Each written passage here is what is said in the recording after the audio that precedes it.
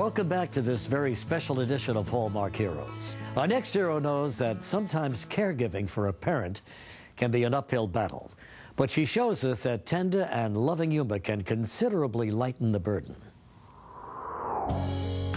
When people first hear this diagnosis, they think they're facing a huge tragedy. I'm trying to change that. Before my mom died, she was a really vibrant personality, and my dad kind of stood in the wings. He worked on Wall Street when I was young, so we didn't really get to know my dad that well. Times were different back then. Then I was always working and trying to provide for my family. In 2004, my mom passed away and left me this wonderful gift, which is my father. When he came to live here, you know, I was 34, my dad was 76. I learned to know my dad. I bet you're glad you're not on Wall Street anymore. Not with that big mess going on. I'm very glad. Oh, boy. I can't imagine being anywhere else but here. I'll tell you, a nursing home would not be the place I'd want to be.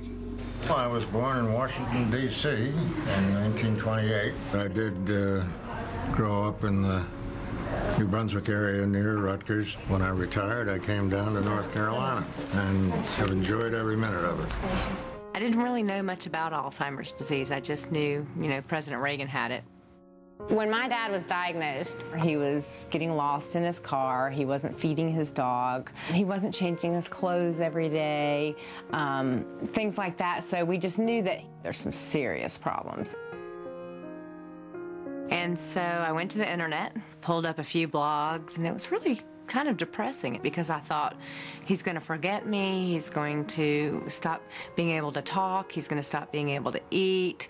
And the real life experience that I was having with my dad at that time didn't mirror that. And so I felt like there was a real lack of people looking at the bright side. Oh, thank you. You're welcome. Anything else you need? Pretty young girl? All right. Bring in two. Drinks or girls? Girls.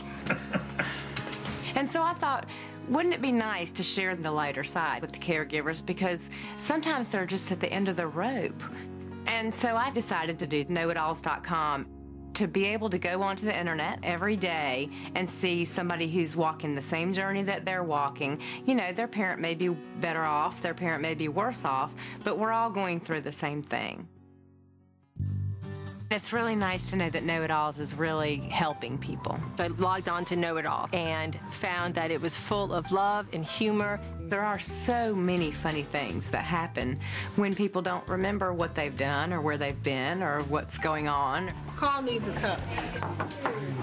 Any alcohol in it? No? Cheers. This is my future ex-husband, Carl. Yeah. How much she pay you for that? For example, my dad doesn't like to get up early. So the night before, I sneak into his room, I steal his watch, I change it ahead 2 hours. When he wakes up in the morning and he goes, oh goodness, it's noon, he feels like it's time to get up. Or you wake up in the morning and you get into the shower and there's a jar of peanut butter sitting on the shower seat and you just wonder, what happened after I went to bed?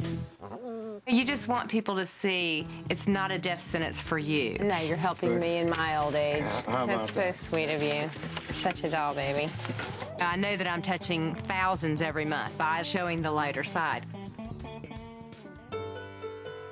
Sometimes Mom doesn't realize that I'm her daughter, but then I got to realize it's part of the disease, and you just have to put on a thick skin and just grin and bear it and go on and be grateful for what she can do and what she can remember. Once my mom got her diagnosis, I decided to join a support group, and that's how I found out about Know It Alls. The first time I read it, I was hooked. She's got the meat and potatoes out there, you know, if you really want to get into learning about the stuff. And then she's got the light-sided humor that she deals with on a daily basis. And I've not found another website that covers everything like that. And so I have just found it to be a great stress reliever and ways to get good ideas in dealing and handling my mother. Pretty good to be 84 years old. I think so, too. Tell you the truth. Well, I'm very excited about getting to meet Kathy. I want to thank her for starting this blog. I think it's a wonderful tool for people that are just starting out. People have already been there, people who are going through it. Clara? Hi. Nice to meet you. Nice to meet you, too. Tell me about your mom. Well, my mom was diagnosed in 2006. My daughter looks after her during the day, and then I stay with her at night. It's so hard to balance work with a caregiver, and you're so lucky that you got your daughter. It's so nice for me to have found a friend that, you know, is walking through the same journey that I'm walking through. A lot of times when I'm dealing with a difficult situation with her, a lot of people say, well, what would Jesus do? And I go, well, what would Kathy do? You know, and it gives me a different... I think Kathy can really educate people that, yes, this is a terrible disease, but it doesn't have to be. I think it helps me be a better caregiver because it forces me to think of something funny every day. And there's some days when there's just nothing funny. I know. But I know you know. You know, when I'm doing the blog, some days I'm not inspired to do it, but meeting somebody like Clara that reads it every day and hangs on my every word, you know, and it helps her find the humor in a very humorless situation. The biggest thing Kathy brings to the table is hope. You know, caregiving is a very stressful, hard job, but she's shown that you can do it and still maintain your own sense of sanity. We wish you a Merry Christmas. We wish you a Merry Christmas. We wish you a Merry Christmas and a Happy New Year. The most important thing to me is to preserve my dad's dignity. I don't want him to ever feel like he's any less of a person because he has this disease.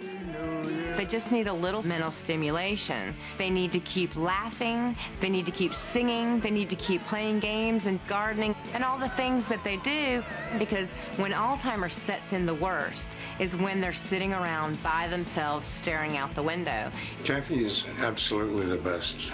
She's just been wonderful to me, and ever since her mother passed, it's just been great for me to have someone like Kathy. Yeah. He lived a great life. He had a great 40-year marriage with my mom, which I'm inspired by. It's not me. My dad did a great thing. My dad raised me to be the kind of person that would take him in.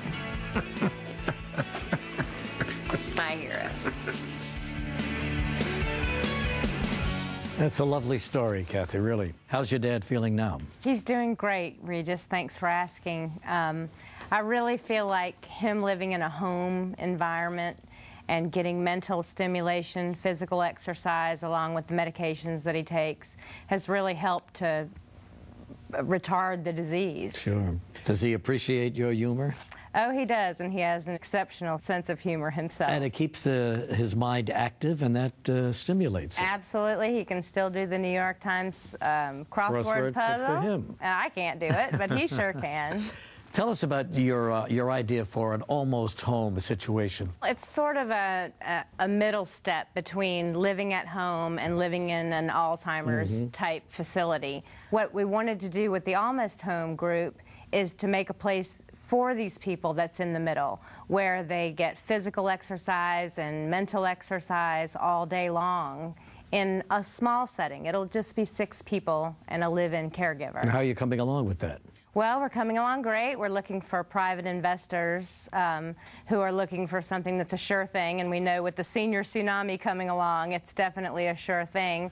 And another wonderful element that we've added to the Almost Home process is my terrific architect, Jill Spey, who is building the home to the United States Green Building Council LEED certification. So it'll have solar panels, we'll do recycling, we'll have local materials, we'll have sustainable gardening, and some of the things overlap, you know, the sorting, and go back to their childhood where they saved tinfoil. Well, you thought just about everything. I mean, I'm sure a few years ago you never gave this a second thought, did you? No, but there wasn't any place for my dad, so I assume that there's plenty of people whose mom and dads don't have a place either, and we want to make one for them. Well, I think the Almost Home is a wonderful idea. Congratulations on your story. Thank You're you one of so Hallmark's much. heroes. You can also find out more about Kathy's venture at hallmarkchannel.com. Stay with us. We'll be right back in a moment.